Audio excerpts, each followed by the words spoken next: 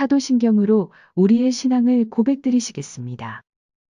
전능하사 천지를 만드신 하나님 아버지를 내가 믿사오며 그 외아들 우리 주 예수 그리스도를 믿사오니 이는 성령으로 잉태하사 동정녀 마리아에게 나시고 본디오 빌라도에게 고난을 받으사 십자가에 못 박혀 죽으시고 장사한 지 사흘 만에 죽은 자 가운데서 다시 살아나시며 하늘에 오르사 전능하신 하나님 우편에 앉아 계시다가 저리로서 산자와 죽은 자를 심판하러 오시리라.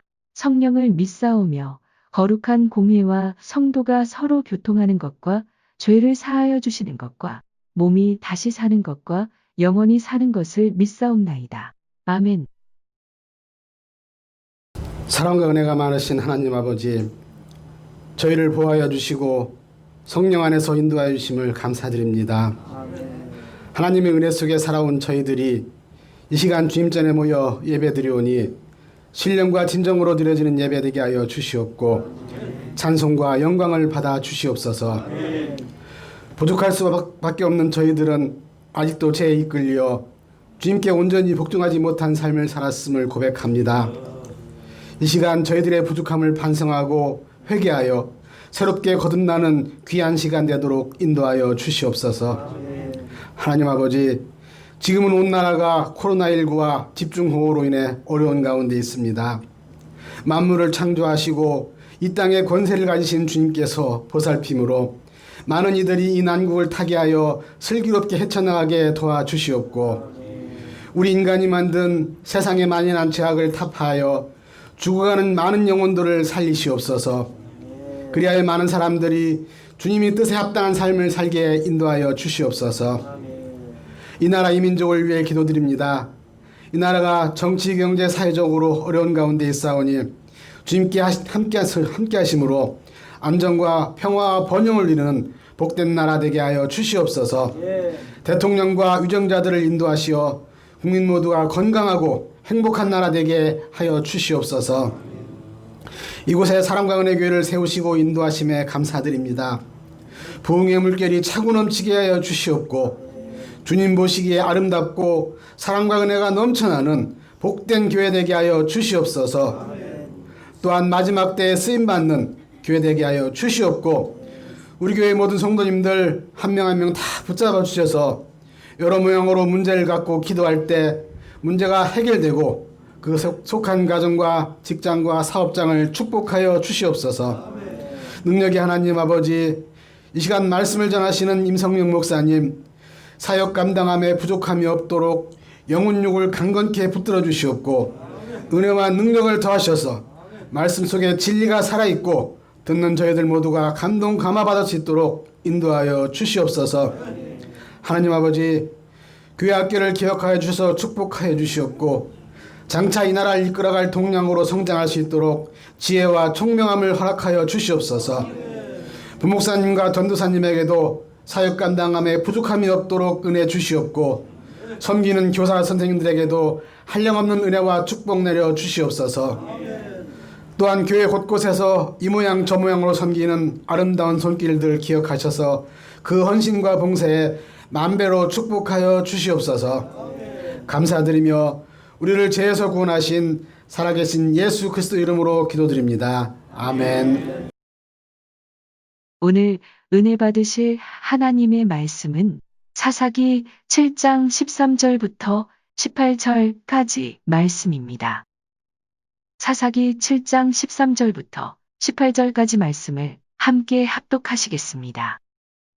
기드온이 그곳에 이른즉 어떤 사람이 그의 친구에게 꿈을 말하여 이르기를 보라, 내가 한 꿈을 꾸었는데 꿈에 보리떡 한 덩어리가 미디안 진영으로 굴러들어와 한 장막에 이르러 그것을 쳐서 무너뜨려 위쪽으로 엎으니 그 장막이 쓰러지더라. 그의 친구가 대답하여 이르되 이는 다른 것이 아니라 이스라엘 사람 요아스의 아들 기드온의 칼이라. 하나님이 미디안과 그 모든 진영을 그의 손에 넘겨주셨느니라 하더라. 기드온이 그 꿈과 해몽하는 말을 듣고 경배하며 이스라엘 진영으로 돌아와 이르되 일어나라, 야훼께서 미디안과 그 모든 진영을 너희 손에 넘겨주셨느니라 하고 300명을 세대로 나누어 각 손에 나팔과 빈 항아리를 들리고 항아리 안에는 횃불을 감추게 하고 그들에게 이르되 너희는 나만 보고 내가 하는 대로 하되 내가 그 진영 근처에 이르러서 내가 하는 대로 너희도 그리하여 나와 나를 따르는 자가 다 나팔을 불거든 너희도 모든 진영 주위에서 나팔을 불며 이르기를 야훼를 위하라 기드온을 위하라 하라 하니라. 아멘.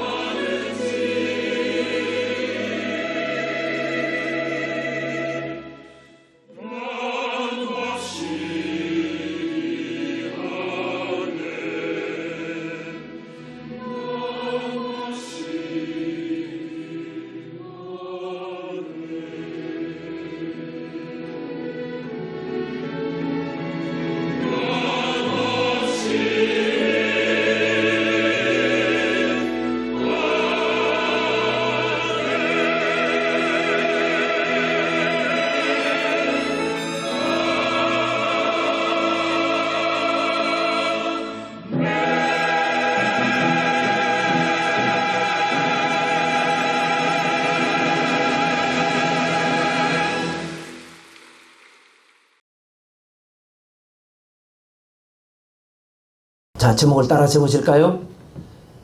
성경의 꿈과 해몽 8번째. 미디안 병사의 보리떡 꿈.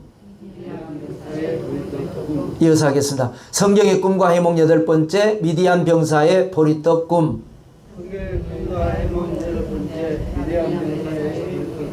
아멘. 이런 제목으로 말씀 나눌 때에 은혜가 되고 복이 되시기를 주님의 이름으로 축원합니다. 자, 우리는 지금 성경에 기록된 꿈의 이야기를 나누고 있습니다. 지난주에 말씀드린 것처럼 학자들이 주장한 바에 의하면 꿈은 크게 두 가지 유형인데, 하나는 프로이트가 주장한 대로 현실의 경험이 꿈에 나타난다. 이것도 맞는 것 같아요. 우리가 꿈에 현실에서 했던 것이 어렸을 때든지 최근에든지 먼 과거든지 어떤 그것이 우리 꿈에 나타나죠. 그런가 하면 칼 융은 미래에 일어날 징조로 하나님이 던져주시는 것이다. 전혀 가보지 않았고 전혀 알지 못했던 것인데 보고 뭔가를 느끼면서 그래서 미래에 이런 일이 일어나는가 보다 이렇게 하는 경우도 있습니다. 자, 그런데 이 두 가지 다 공통점이 뭐냐면 내가 꾸는 거지 않습니까? 내가 내 미래나 내 과거를 통해서 혹은 내 미래를 위해서 내가 나를 위해 꾸는 겁니다. 그런데 그러지 않는 경우도 있더라는 겁니다. 지금까지 오늘 이제 8번째니까 8가지 이제 꿈의 이야기 중에서 타인이 나를 위해서, 누군가가 나를 위해서 꿈을 꾸는 경우도 있더라는 거죠. 그것이 바로 두 번째 꿈이었습니다. 첫 번째는 아브라함의 400년 이방의 객이 될 것이다. 그 꿈이었고요. 두 번째 꿈이 뭐냐? 아브라함이 그랄에 갔다가 말을 잘못해가지고 자기 아내 사라를 그랄 왕 아비멜렉에게 상납해버리고 말았죠. 말도 못하고 변명도 못하고 끙끙 앓고만 있고 기도만 했는데 하나님께서 그 사람의 꿈에 나타나셔서 돌려보내라. 안 그러면 너 죽는다. 너만 죽는 것이 아니라 내게 속한 모든 사람이 다 죽을 것이다.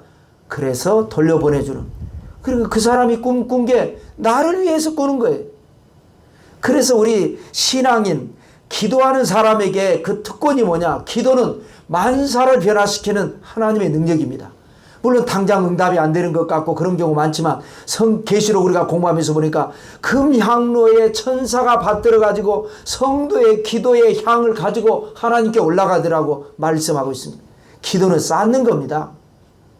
기도해 놓으면 그야말로 힘써도 안 되고 울어도 안 되고 참아도 안 되는 인간의 방법으로 아무것도 할 수 없을 때 기도하면 누군가가 나를 위해서 꿈을 꾸는 역사도 일어나더라는 거죠. 그래서 그 꿈을 통해서 해결되고 기적이 일어나는 그런 경우였는데, 자, 그런 이제 두 번째 꿈이 그런 꿈이었고, 지난번에 6번째 관원장 그리고 7번째 바로도 물론 그거는 자기를 위한 꿈이었습니다. 자기 꿈이었죠. 왕으로서 나라가 7년 풍년 7년 6년 그 자기, 그 다음에 관원장들도 이제 장차 어떻게 될 것인가 자기 운명에 대한 꿈이었습니다. 그런데 그런 경우는 자기를 위한 꿈이기는 했지만 요셉의 해몽이 필요로 한 그런 꿈이었습니다. 요셉의 해몽이 아니면 되지 않는.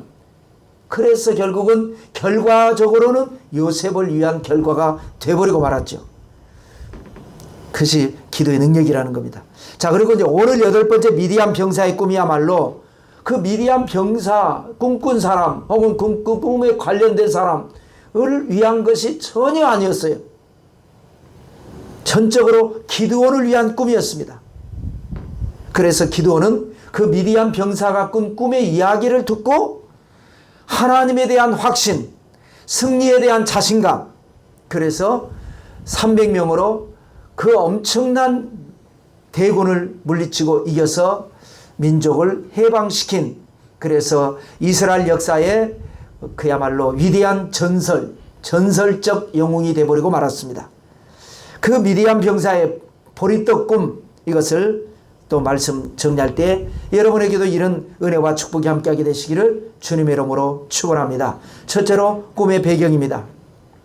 자, 미디안에 대해서 우리가 이제 배경적으로 좀 알 필요가 있습니다. 미디안이라고 하는 나라, 미디안이라고 하는 민족은 극과 극의 정체성을 가진 민족이라고 할 수가 있습니다.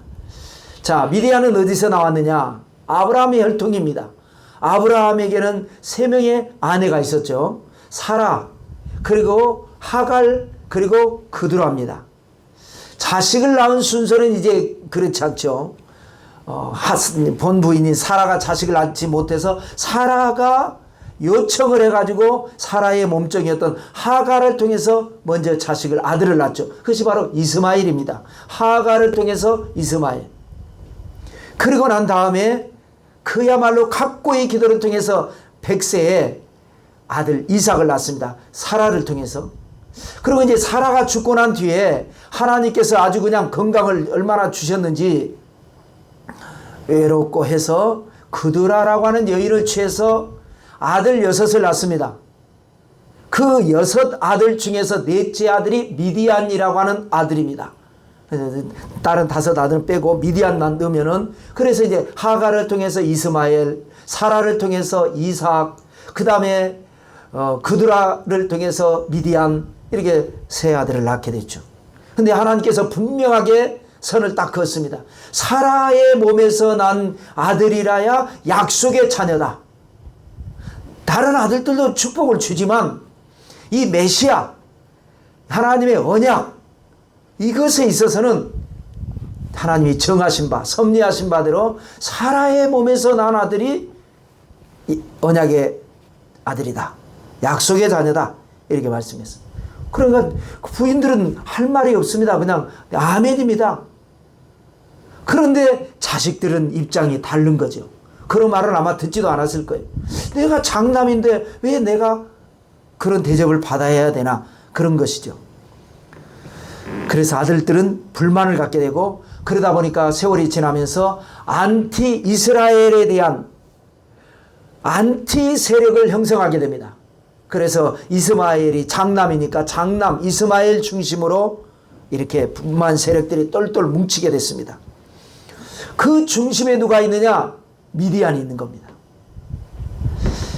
자, 성경을 사실 자세히 살펴보면요, 이스마엘은 불만이 없었어요. 그 아이는 믿음의 사람이었습니다. 집에서 쫓겨났을 때, 어머니와 함께 쫓겨났을 때에 사막에서 물이 없어서 할 때에 하나님이 뭐라고 하시느냐면, 어머니 하갈에게 하나님이 저 아이의 소리를 들으셨다. 가서 저 내 눈앞에 우물을 터뜨려 줄 테니까 물을 먹여라. 기도하는 아이였어요. 어렸을 때 그는 아버지 아브라함에게 믿음을 배웠고 기도하는 사람이었고, 성경 전반적으로 보면 이스마엘 자체는 그렇게 반골 기질도 없고 욕심도 없고 그렇습니다. 그런데 이제 주변에서 부추기는 거죠. 주변에서. 자, 그 주변이 누구냐를 한번 살펴보겠습니다. 먼저 사라가 아들을 낳죠. 이삭입니다. 그 이삭이 쌍둥이 아들을 낳았는데 에서와 야곱인데, 그 에서가 이제 밀려난 것 때문에 불만을 가지고 그 에서가 세운 나라 에돔, 그리고 또 거기에서 나온 아말렉, 에돔과 아말렉은 아주 강렬하게 이스라엘에게 반기를 든 나라입니다. 그 다음에 다시 이제 거슬러 올라가 보면요, 이제 이 분위기에 편승하다 보니까 그렇게 되는 거죠. 아브라함의 조카 롯이 있었습니다. 물론 아브라함의 조카니까 뭐 혈통은 아브라함의 그건 아니지만 왠지 미운 거죠. 왠지 자기는 밀려났다는 거에서 그 롯이 그 소돔과 고모라에서 멸망을 당할 때 아브라함의 기도로 말미암아 천사의 보호를 받아서 나와서 갈 데가 없어서 산에서 하다 보니까 거기에서 2 딸과 함께 거하는데, 딸들이 결국은 우리는 배필을 구할 수 없으니까 아버지에게 술을 마시고 우리 자녀를 생산하자 해서 큰 딸이 낳은 것이 모압이고, 둘째 딸이 낳은 아들이 암몬이 됩니다. 모압과 암몬이라는 2 나라. 그래서 분위기에 따라서 끼워 넣기는 했지만 그들은 그렇게 강하게 반발을 하지는 않았습니다. 뭐 그런 경우도 있지만 아말렉이나 에돔에 비하면 그렇게까지 강성은 아니었어요. 자, 어찌됐건 자, 에돔, 아말렉, 모압, 암몬, 네 나라죠. 그 다음에 또 좀 거슬러 나가 보면 아브라함이 갈대아 우르에서 가나안 땅에 오기 전에 아버지와 동생과 같이 왔습니다. 거기다가 하란을 거쳐서 오는데 하란에서 아버지가 돌아가시니까 동생한테 너는 여기 아버지 잘 장례 치르고 나는 하나님의 사명 받들어서 간다. 그래 간 거거든요. 거기가 바단 아람입니다. 거기가 나중에 리브가가 나오고 야곱이 그곳에 가서 외삼촌 나반 그게 아람 나라가 나중에 아람 나라가 되고 그런데 거기가 또 이제 아람도 어찌되건 분위기에 편승하게 되고 그 다음에 아까 말한 대로 이 그두라를 처해서 낳은 아들 미디안 이런 나라들인데 자 거기에 이제 선봉을 선 민족이 어디냐? 미디안이라는 거예요. 미디안이 부축인 겁니다.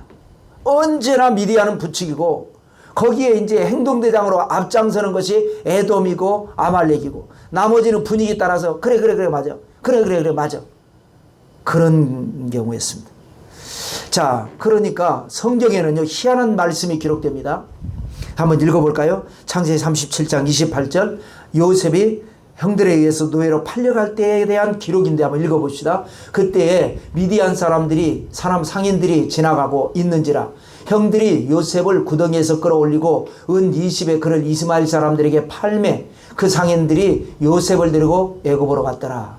자, 누구한테 팔아먹었어요 요셉을? 여기에 처음에는 미디안 사람 상인들이라고 그랬습니다. 미디안 사람이라고 미디안 장사꾼들이라고. 근데 셋째 줄에 뭐라 그래요? 그를 이스마엘 사람들에게 팔았다. 미디안 사람, 이스마엘 사람은 전혀 다른 사람이죠.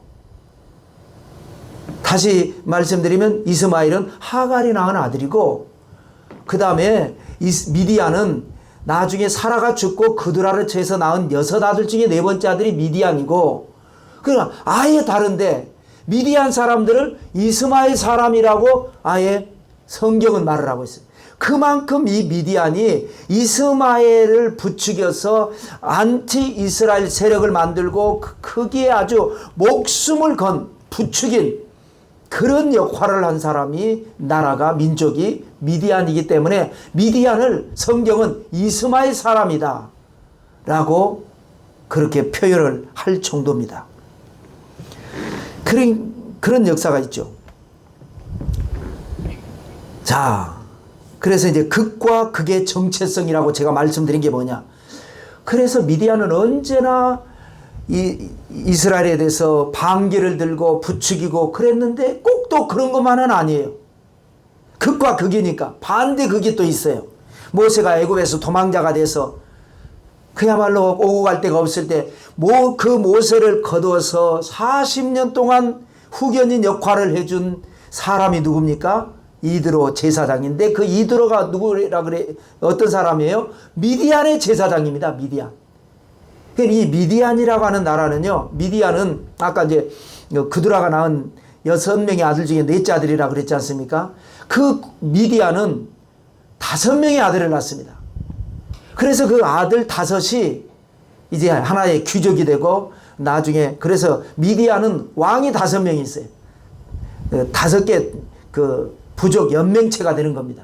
그래서 이제 그 5 중에서 이제 더 이상은 자세한 성경 기록은 없지만 어떤 쪽은 이스라엘에 대해서 좋은 이미지를 갖고 있고 어떤 쪽은 또 반기류를 갖고 있고 그런 아주 극과 극을 가지고 있어요. 그래서 가장 모세가 어려울 때 도와주고 사위를 삼고 40년 동안 거두고 나중에 가서 출애굽해서 돌아오게끔 하고 그 백성들을 이끌고 홍해바다를 건너서 나올 때 가장 먼저 나와서 영접을 해준 사람도 장인 미디안의 제사장 이드로였고 그리고 신앙 고백을 하죠. 그동안에 전도를 많이 받았지 않겠습니까? 그런데 내 도움을 받는 사람이 전도하면 별로 야 네가 믿는 하나님보다 내가 믿는 신이 더 센 거 아니냐. 지금 네 꼴을 보니까 이러기가 쉽지 않습니까? 그래서 잘 안 받아들였는데 거기에 고백하죠. 내가 이제야 하나님을 알았다. 네가 그렇게 말을 해줘도 못 알아먹었는데 이제 내가 하나님을 알게 됐다. 그리고 같이 밤새도록 이야기하고 음식을 나눠서 먹고 아침에 일어나서 봤는데 아침 그 피곤한 몸을 이끌고 아침부터 모세가 막 재판을 하는데 아주 소소한 것까지 하니까 그럴 필요 없다. 1000부장, 100부장, 50부장, 10부장 제도를 세워서 그 사람들을 다 똑똑하고 지혜로운 사람, 하나님을 경외하고 진실무망한 사람들을 세우고 그 사람들에게 어떻게 재판을 할 것인지를 가르치고 그래서 그 사람들이 재판하게 하고 나중에 소소한 것은 10부장이 하고 더 어려운 건 100부장이 하고 더 그한 것은 1000부장이 하고 그래도 안 되는 건 네가 하고 이렇게 해야지 안 그러면 안 된다 해서 여러 가지 제도와 이런 것을 가르쳐주고 그래 이제 가는 길을 모르니까 이드로의 아들 그러니까 모세에게는 처남이 되죠. 호밥이라고 하는 사람이 앞에 길 안내자가 돼가지고 같이 가서 결국은 가나안 땅에 합류가 돼버리는 가나안 땅에 들어가게 되는 그런 또 사람도 있는가 하면 들어가기 바로 직전에 40년 광야 생활하고 가나안 땅 들어가기 직전에 모압 광야에서 있을 때에 모압 왕 발락이 어떻게 해서든지 이스라엘을 공격하는데 그때 그 옆에 아말렉이 있었고 미디안이 있었습니다. 부추겨가지고 모압 왕 발락을 부추겨가지고 결국은 공격하는데 발람 선지자를 불러서 저주해도 안 되고 이 모양 저 모양으로 해도 안 되니까 결국은 어떻게 했는가 미디안의 공주가 이스라엘 청년들을 유혹해서 음란의 바다에 빠뜨려버리고 맙니다. 그것이 바로 곶수비 사건인데요. 곶수비는 미디안의 공주라고 나옵니다. 공주라는 말은 안 나고 미디안의 딸인데 아마 공주라고 저는 생각합니다. 그래서 그 사건으로 전염병이 돌아가지고 24,000명이 죽는 그런 역사죠. 그러니까 성경 역사를 훑어보면 전체적으로 보면 미디안은 언제나 반이스라엘의 그 부추기는 세력. 그런데 그 안에서 미디안 중에서는 또 하나님을 사랑하고 이스라엘 백성들을 사랑하고 이스라엘 백성들에게 호의적인 경우도 있더라는 거죠. 이와 같이 극과 극의 나라. 자, 그런데 미디안은요, 역사적으로 그렇게 강한 나라는 아닙니다. 언제나 이쪽에 붙어서 막 해서 선동을 하고 그런 분위기를 잡는 역할을 하지 강한 나라는 아니었어요. 강한 자 편에 서서 영향력을 행사하는 민족성. 그런데 이제 이 기드온 시대에 잠깐 반짝 강해집니다. 어떻게 강해지느냐? 우리가 이제 아라비아 상인들 하면 미디안 사람을 말을 합니다. 그들은 이제 국경을 넘어서 낙타를 타고 다니면서 국경 장사를 해서 경제력을 갖게 되죠. 그 경제력을 가지고 세력을 규합을 해서 주변 나라들을 이렇게 부추기는 것은 원래 은사가 있으니까 그렇게 해서 아말렉과 동방 사람들 미디안이 경제력을 가지고 아말렉 사람은 원래 이스라엘에 대해서 찔러만 대면은 그냥 자다가도 일어나서 반기드는 사람들이니까 아말렉 그 다음에 동방 사람들 그들과 함께 이스라엘을 쳐서 식민지를 삼고 있었던 상황이었습니다. 그런데 그 식민 기간은 짧습니다. 7년밖에 되지 않았어요. 그런데 뭐 다른 나라 사사기 내용을 보면 뭐 40년 동안 압제를 당하였더라 뭐 그런 경우가 많은데 이 미디안에게는 7년 압제였어요. 기간은 짧아요. 그런데 강도는 40년, 80년 당한 것보다 더 강하게 당했어요. 얼마나 이 미디안 사람들과 아말렉 사람들이 지독하게 이스라엘을 괴롭혔는지 성경에 그렇게 나옵니다. 아주 최악의. 그래서 이스라엘 사람들은 삶의 터전을 빼앗기고 집에 거하는 사람들은 또 있겠지만 그는 이제 타협하고 항복하고 우리로 말하면 이제 친일파가 돼버리면 모를까 그렇지 않으면 만주로 쫓겨나고 산으로 들로 굴 속에서 살고 그랬다고 성경은 기록하고 있습니다. 그때에 등장한 사람이 바로 기드온이라고 하는 사람이었습니다.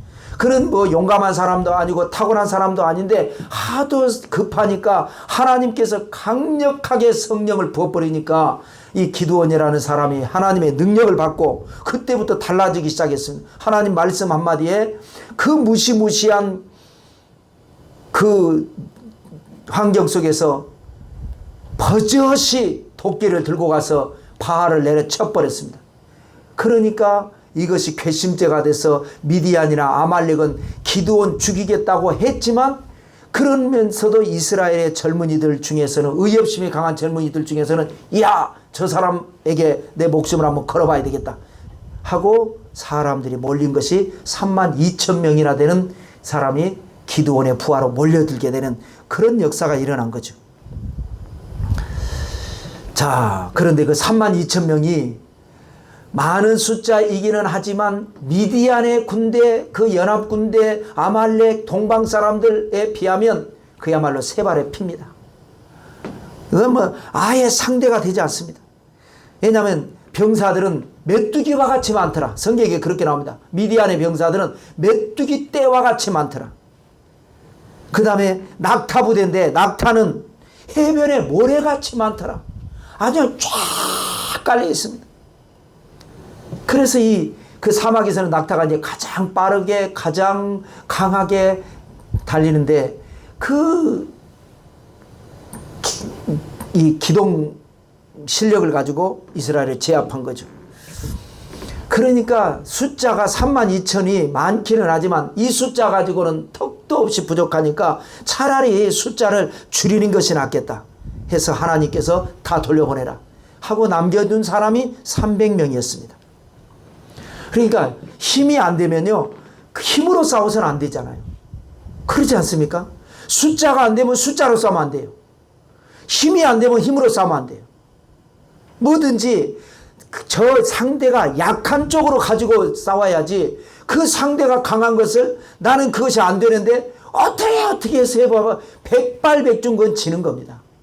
그건 백발백중. 그러니까 차라리 숫자가 안 되니까 아예 숫자를 줄이자 해서 300명만 가지고, 그래서 상대방을 혼란에 빠뜨려 가지고, 그래서 우리 힘으로 싸우는 것이 아니라 상대방 힘으로 싸우는 것, 이런 전략을 세운 겁니다. 그는 손자병법에도 나오는 것인데요, 상대의 힘을 이용하는 전략이 6가지가 나옵니다. 손자병법에. 그 중에 하나가 뭐냐면 격안 관화. 격은 이제 격리, 떨어뜨린다는 거죠. 언덕 안자입니다. 언덕에 떨어져서 관화, 불을 불구경하듯이 볼관자. 그러니까 상대방을 혼란에 빠뜨려서 멀리 떨어져서 지켜보는 거예요. 막 혼란해서. 그래서 이제 그것이 자기들 스스로 지리멸멸했을 때에 다 지켜보고, 함정을 보고, 길을 보고, 다 지켜보고 있다가 결정타 내려가지고 이기기는 방법. 이것이 바로 격안 관화 손자병법에 나오는 것인데, 이게 이제 성경에 그대로 나오는 겁니다. 그래서 300명에게 이 미디안 병사들이 자고 있을 때 접근을 시키는데 32,000명은 접근이 안 됩니다. 근데 300명은 고도로 훈련을 시켜가지고 300명 적은 숫자는 접근이 가능하죠. 그것도 항아리에다가 횃불을 감추게 하고 나팔을 들고 3가지를 들고 가서 접근을 하는데, 그래서 그걸 가지고 상대방을 혼란에 빠뜨려야 되는데, 그거는요 담력이 없으면 안 되는 겁니다. 아주 강한 담력이 있어야만 되기 때문에 웬만한 사람들은 다 돌려보내고, 그 중에서 그야말로 아주 정신력이 강하고 담력이 강하고 그대로 어떤 훈련도 다 소화시킬 수 있는 체질적으로 강한 그런 사람들만 300명 해가지고 계속 아주 그냥 세뇌를 시키고 그 훈련을 시켜서 그 작전을 짰는데, 그렇게 훈련을 했고 그런 체질임에도 불구하고 인간인지라 마음 한 구석에서는 과연 이 작전이 성공할 수 있을까? 우리가 가서 그야말로 비참한 죽음, 개죽음 나가는 건 아닌가? 이럴 수 있기 때문에 하나님께서 미디안 병사에게 꿈을 꾸게 하고 그 꿈을 말하게 하고 그 꿈을 해몽하게, 부정적으로 해몽하게 하는데, 그 300용사들이 그걸 듣고 그 꿈 내용을 들으면서 자신감을 얻고 그래서 성공하게 하는 그 꿈의 배경이 바로 이렇게 되는 것입니다. 자, 두 번째로 꿈의 내용으로 들어가겠습니다. 자, 이게 이제 하나님께서 부하를 데리고 가라. 그래서 가봤어요. 그 사람이 무슨 말을 할 텐데 그들이 하는 말을 너희가 들으면 그때부터 자신감을 얻게 될 것이다. 야, 그들이 무슨 말을 할까? 무슨 말을 하건대 우리가 그 말을 듣고 자신감을 얻을 수 있을까? 하고 가봤더니 보니까 밤에 다 잠을 자고 있는데 보초들이 곳곳에서 보초 서고 있는데 한 사람이 꿈 이야기를 합니다. 꿈 이야기를 한번 볼까요? 13절 말씀입니다. 읽겠습니다. 기돈이 곧에 이른즉 어떤 사람이 그의 친구에게 꿈을 말하여 이르기를 보라, 내가 한 꿈을 꾸었는데 꿈에 보리떡 한 덩어리가 미디안 진영으로 굴러들어와 한 장막에 이르러 그것을 쳐서 무너뜨려 위쪽으로 엎으니 그 장막이 쓰러지더라. 자, 보리떡 한 덩어리가 굴러들어오더라는 거예요. 미디안 진영으로, 자기들 안으로. 보리떡 한 덩어리가 뭐라는 건 몰라요. 자기들도 모르고 아무도 몰라요. 하나님만 아시는 거죠. 보리떡 한 덩어리가, 이 보리떡이라는 게 뭡니까, 여러분? 우리나라도 그렇고 이스라엘도 그렇고요. 가난한 사람들이 먹는 떡입니다. 보리떡이라는 것. 그야말로 보잘것없는 거라는 거예요. 보잘것없는 거. 알아주지 않고 누가 생각해도 이까짓 거 뭐 이런 거. 그 보잘것없다고 생각하는 보리떡이 슬렁슬렁 굴러 들어오더라는 거예요. 그러더니 이 엄청난 미디안 진영, 경제력이나 군사력이나 그때 당시에 가장 위용을 자랑하는 미디안의 진영인데 그 보잘것없는 게 하나 들어오더니 그 미디안의 장막을 다 뒤집어 엎어버리고 다 무너뜨려버리고 그러더라는 거예요. 그러니까 옆에 친구가 이제 해몽을 합니다. 해몽 내용을 볼까요? 14절입니다. 읽겠습니다. 그의 친구가 대답하여 이르되 이는 다른 것이 아니라 이스라엘 사람 요아스의 아들 기드온의 칼이라. 하나님이 미디안과 그 모든 진영을 그의 손에 넘겨주셨느니라 하더라. 참, 왜 이렇게 해몽을 했을까요? 참, 그래서 늘 말씀드리지 않습니까? 꿈보다 해몽입니다. 우리가 잘 때 꾸는 꿈뿐만 아니라 이 세상을 살아가면서 어떤 현상이든지 어떤 일이든지 누군가가 나한테 무슨 말을 하든지 모든 것은 설사 나에 대해서 안 좋은 말을 했어도 내가 좋게 해석해버리면 시험 들 일이 없습니다. 이렇게 말을 해놓고 저도 시험 듭니다만은 노력하고 살자는 거죠. 그런 사람은 전초는 인생입니다. 누가 나를 흉을 봐도 좋게 생각해버리면 아무 문제 없는데, 우리가 보면 부러운 사람들, 연예인, 유명한 운동선수, 연봉으로 막 수십억, 뭐 100억 이렇게 버는 사람, 그런데 누가 자기에 대해서 안 좋은 댓글 달았다고 자살해버리잖아요. 물론 댓글 단 사람이 나쁘죠. 또 그런 것을 해결이 안 되는 이 사회 이 풍토도 잘못됐죠.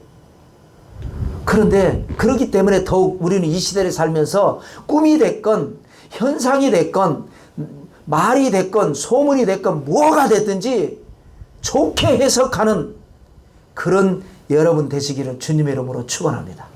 그러면 승리하는 거예요. 누가 뭐래도 나는 하나님께 사랑받고 있고 하나님이 나를 사랑하시고 하나님이 나의 모든 죄를 사하시고 나의 모든 병을 고치시고 내 생명 파멸에서 구속하시고 인자와 긍휼로 관을 씌우시고 좋은 것으로 손을 만족하게 하시고 내 청춘 독수리같이 새롭게 하시고, 그러니까 말씀 생활하라는 거예요. 말씀에 너는 팔자가 사나워질 것이다 이런 말씀이 없잖아요. 다 좋은 말씀이잖아요. 회개하라 뭐 이런 건 있지만 우리는 근본은 죄니까.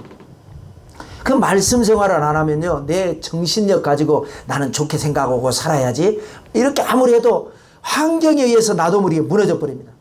그런데 말씀을 자꾸 묵상하다 보면 나도 모르게 나는 타고나게 부정적인 사람이고 나도 모르게 누구 말한 것 때문에 오늘 어젯밤에 불길한 꿈 꾼 것 때문에 어떤 뭐 사건 하나 때문에 막 불안해하고 두렵고 그러려고 하는데 내 안에 있는 말씀이 나를 딱 붙잡아가지고 할 수 있거든요. 무슨 말이냐? 믿는 자에게 능치 못할 일이 없다 하면서 막 나는 내가 무너지려고 그러는데 말씀이 나를 세우고 말씀이 나를 일으키고 그렇게 하는 거는 이 참 바보같이 왜 이런 꿈을 이렇게 해석을 했을까요? 참 이게 여러분요, 제가 여러분에게 말씀드리되게 좋게 해석하라고 했지만 하나님이 없고 하나님이 함께하지 않으면 좋게 해석하는 게 불가능합니다. 그래서 말씀 생활하라는 거예요. 자꾸 하나님을 가까이 하고 포도나무에 붙어있는 가지가 되고 말씀 가까이 하면 이게 좋게 해석하는 게 되는데, 이 바보같이 그거 기도원 칼이야. 우리 다 죽어 이제. 이런 바보가 어디 있습니까? 해석이 중요하다. 해석이 중요하다. 여러분 삼국사기 있지 않습니까? 삼국사기 신라 번기에 기록된 내용입니다. 신라의 제37대 임금은요 선덕왕이에요. 그래서 나는 선덕이 왕을 잘못 썼나 해서 보니까 선덕이 왕은 27대고요 37대 선덕왕이 있어요. 후사가 없이 죽었습니다. 이 기록된 내용이에요. 삼국사기에. 그러면 이제 자식은 없지만 조카는 있잖아요. 김주원이라고 하는 조카가 있어요. 그러니까 뭐 누가 뭐래도 김주원이 왕위를 물려받아야 되는 상황입니다. 그런데 역사는 전혀 혈연관계가 없는 김주원이 아니라 김경신이 왕이 됩니다. 그렇다고 해서 무슨 쿠데타를 일으킨 것도 아니고 그것도 아니에요. 김경신이요 꿈을 꿉니다. 어떤 꿈이냐? 이거 삼국사기에 나온 거예요. 머리에 복두를 벗고, 복두라는 건 이 신라시대 때 보면 이렇게 두건같이 쓰는 거 있지 않습니까? 이 고려시대나 조선시대 때는 이제 갓을 썼지만 그 전에는 이 머리에 이렇게 두건 같은 걸 썼죠. 복두. 머리에 쓴 복두를 벗고 가야금을 들고 우물 속으로 들어가는 그런 꿈을 꿨어요. 김경신이. 그래서 이제 이게 무슨 꿈인가 해서 해몽을 부탁하니까 어떤 사람이 해몽을 합니다. 해몽 1입니다. 복두를 벗었다라는 것은 관직을 잃을 징조다. 관직을 머리에 쓴 거니까 관직을 잃을 징조다. 그럴 듯 하잖아요. 그 다음에 가야금은 12연금인데 옛날에 감옥에 가면은 칼을 쓴다 그러지 않습니까? 목을 이렇게 한 게 꼭 가야금 모양 같지 않습니까? 목에 칼을 쓸 징조다. 그 다음에 우물을 들어갔다 옥에 갇힐 징조다. 딱 맞지 않아요? 그래서 내가 이게 뭐 안 좋은 일이 있으려나. 그런데 우연히 또 다른 사람에게 꿈을 얘기하니까 그 사람은 또 정반대로 해몽을 하는 거예요. 뭐라고 해몽하느냐? 아참 여삼이라고 하는 사람인데 아이고 그렇게 해몽하면 안 되는 겁니다. 그럼 어떻게 해몽합니까? 복두를 벗었다라는 것은 이제 내 위에 아무것도 없다라는 겁니다. 내 위에. 최고의 자리에 오른다는 내 위에 아무것도 없다. 12현금을 들었다라는 것은 12대 손이 왕위를 이어받을 징조다라는 거예요. 나는 솔직히 아깝게 더 말이 맞는 것 같아. 이거는 뭐 12대 손이 왕위를 이어받을 징조라는 게 뭔지는 모르겠지만 하여튼 삼국사기에 기록된 게 그래서. 그 다음에 우물에 들어간 것은 궁궐에 들어갈 상스러운 징조입니다. 왕이 될 겁니다 앞으로. 기분 좋으라고 해준 말인지는 알 수 없지만 해몽을 그렇게 했어요. 이 사람이 그때부터 좋은 쪽으로 받아들이기로 했어요. 만약에 나에게 그런 기회가 온다면 나는 준비하겠다 하고 그것도 기록된 내용이에요. 그런데 아까 말씀드린 대로 선덕왕이 후사가 없이 죽었고 신하들은 조카인 김주원을 왕으로 삼아서 궁으로 들이려고 하는데 그 사람이 살고 있는 집이 옛날 시대 아닙니까? 조선시대도 아니고 고려시대도 아니고 신라시대니까 오늘 최근에 와 같은 엄청난 비가 막 장대비가 몇 날 며칠을 쏟아졌는가 봅니다. 그래가지고 냇물을 건널 수가 없는 거예요. 이 김주원을 모시고 궁으로 들어가서 왕위를 이어받게 해야 되는데 몇 날 며칠 비가 와가지고 궁으로 들어가질 못한 거예요. 그래서 사람이 대위에 오르는 것은 사람의 꾀로 되는 것이 아니다. 오늘 이렇게 비가 많이 쏟아지니 하늘이 혹시 김주원을 원하지 않는 것이 아닐까. 그래서 지금 김경신은 덕망이 높고 임금의 채모가 있으니 이에 무사람들의 의견이 합치되어 그를 세워 왕위를 잇게 하였는데 그를 세워 왕위를 잇게 하자 그때부터 비가 그쳤으므로 사람들은 만세를 불렀다. 이가 바로 38대 원성왕이다 라고 기록되어 있습니다. 그러니 여러분 좋은 생각을 여러분이 가지고 살면 여러분의 삶의 미래에 좋은 일이 다가오게 될 줄로 믿습니다. 그런데 안 좋은 일을 자꾸 생각하고 있으면 자꾸 재수없는 일이 일어날 수도 있습니다. 있다는 건 아니고요. 그러니까 자꾸 안 좋은 생각이 나오면 예수의 피로 떠나갈지어다. 그리고 하나님의 말씀으로, 하나님의 사랑으로, 하나님의 은혜로 나를 자꾸 여러분 그림을 그리시기 바랍니다. 좋은 그림 그리시기 바랍니다. 여러분 사이코패스 뭐 이런 것도 애들이 어떤 뭐 상처를 받았을 때 치료하기 위해서 가장 하는 게 뭐예요? 그림 그려보라고 하잖아요. 상처받은 애들은 그림을 꼭 보면 뭐 그래요? 어둡게 그리거나 뭐 날카로운 거 그리거나 무서운 거 그리거나 그러잖아요. 그게 다 나오는 거예요. 도화지에다가 그린 그림만이 아닙니다. 여러분 마음에 그리는 그림이 진짜 그림입니다.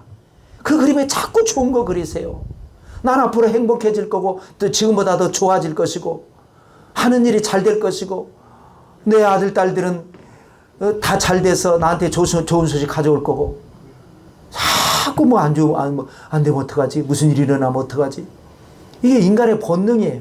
제 애들하고 같이 이제 파라과이에서 생활하고 그랬기 때문에 더 그런 것도 있을는지 모르지만 애들이 그 어렸거든요. 그러면 같이 예배를 드려도 오늘도 우리를 지켜주라고 뭐가 불안한 걸 느꼈나 보죠. 항상 불안한 마음, 두려워하는 마음.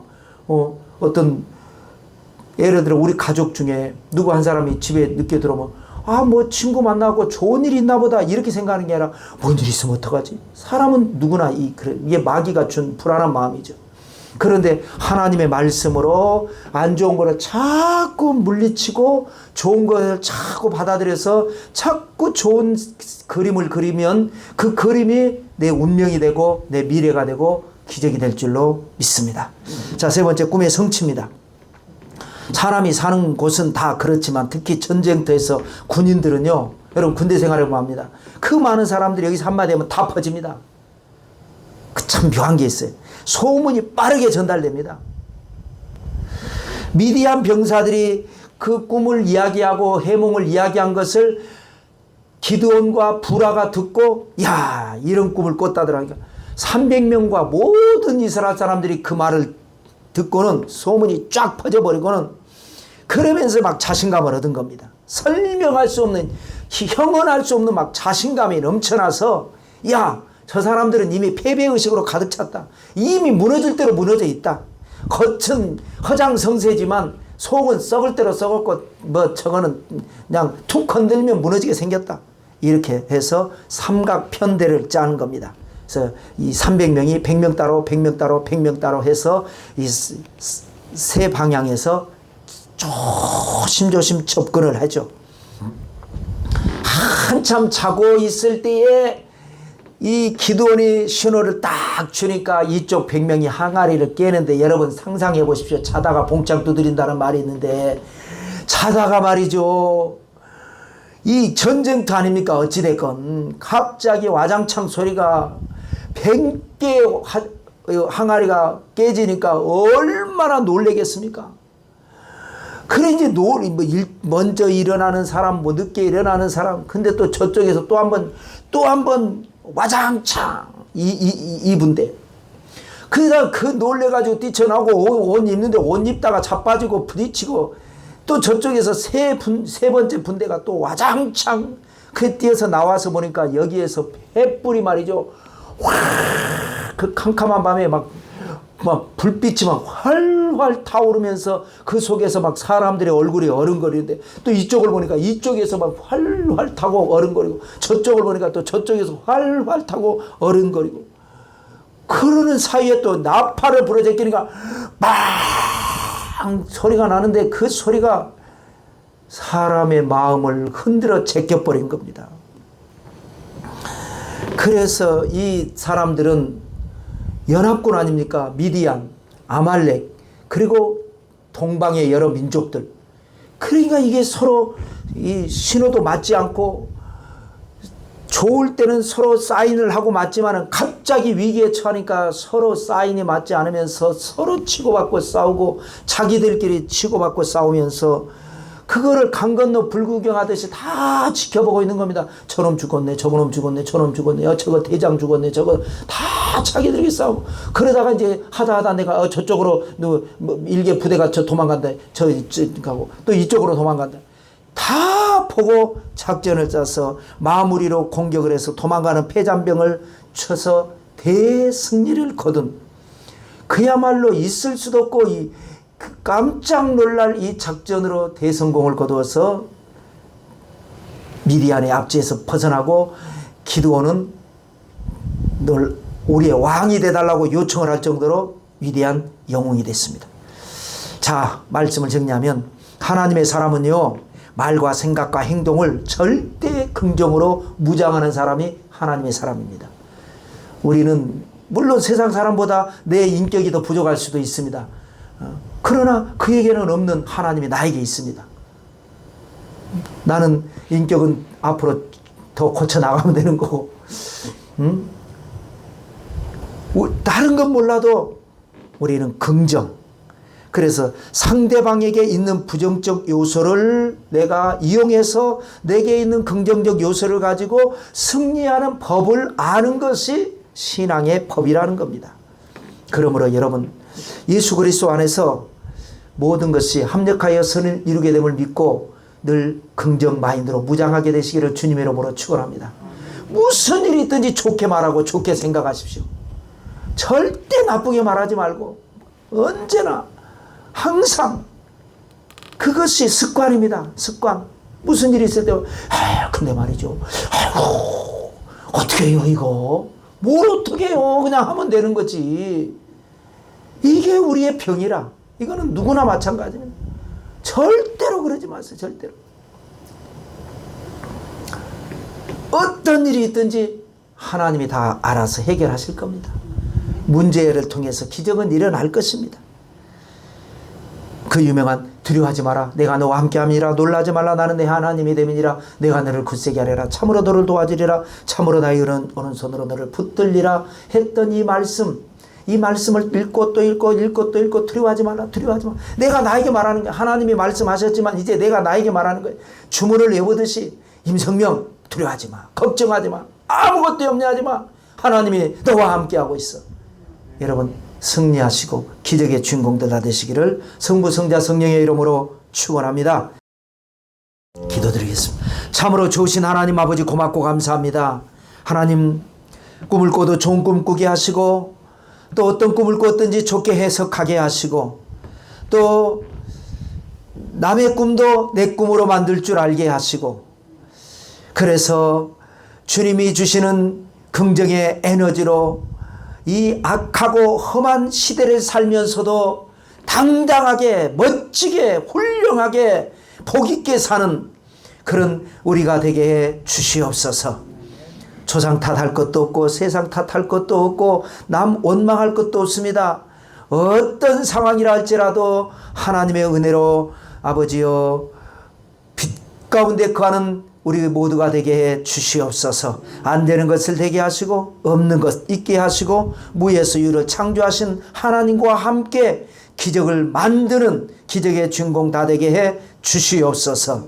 오늘도 하나님 앞에 이 드린 예배를 받으시고 드리는 기도를 주여 금향로에 담아 상달하여 하나님의 응답으로 쏟아부어 주시옵소서. 우리 주 예수님의 이름으로 축복하고 기도드리옵나이다. 아멘.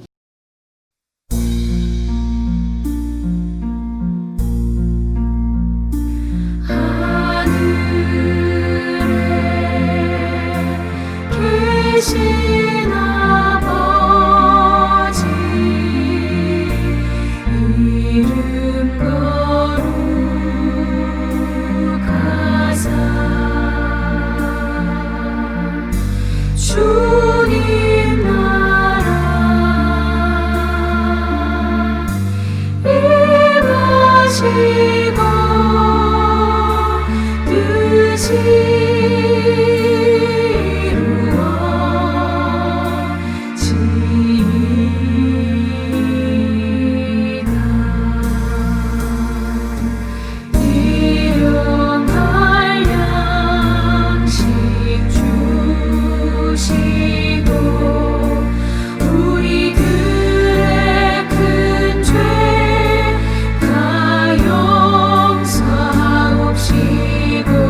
또